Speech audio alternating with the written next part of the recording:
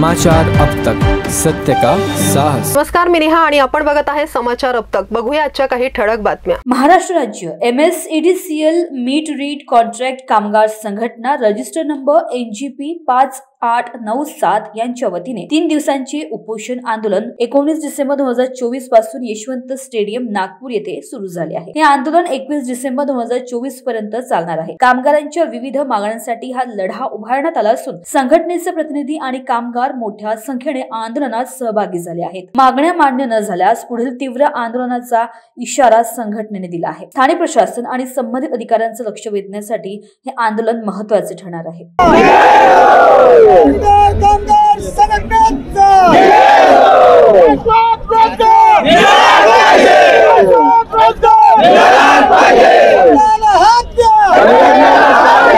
बेरोजगारीनं आपण 45 वर्षात सगळ्यात जास्त बेरोजगारी ह्या वर्षात, ह्या मागील 5 ते 10 वर्षात आहे असं म्हणतात।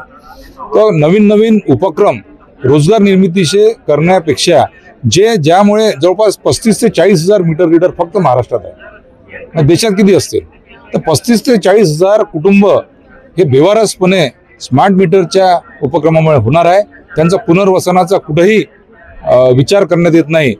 त्यामुळे यांचं जे आंदोलन आहे त्या आंदोलनाला माझा समर्थन आहे। ह्या स्मार्ट मीटर लावण्याचा जो उपक्रम सुरू झाला होता त्यावेळेस मी माझ्या बहुजन विचार मंचातर्फे मी त्याचा विरोध केला, डेप्युटेशन दिले होते। काही एरियामध्ये मी जनजागृतीला सुरुवात केली होती। पण मला असं वाटते की आज पुन्हा ही वेळ आलेली आहे। ह्या मीटर रीडर संघटनेच्या समर्थनार्थ मी यांना इथं समर्थन देण्याकरता आलेलो आहे।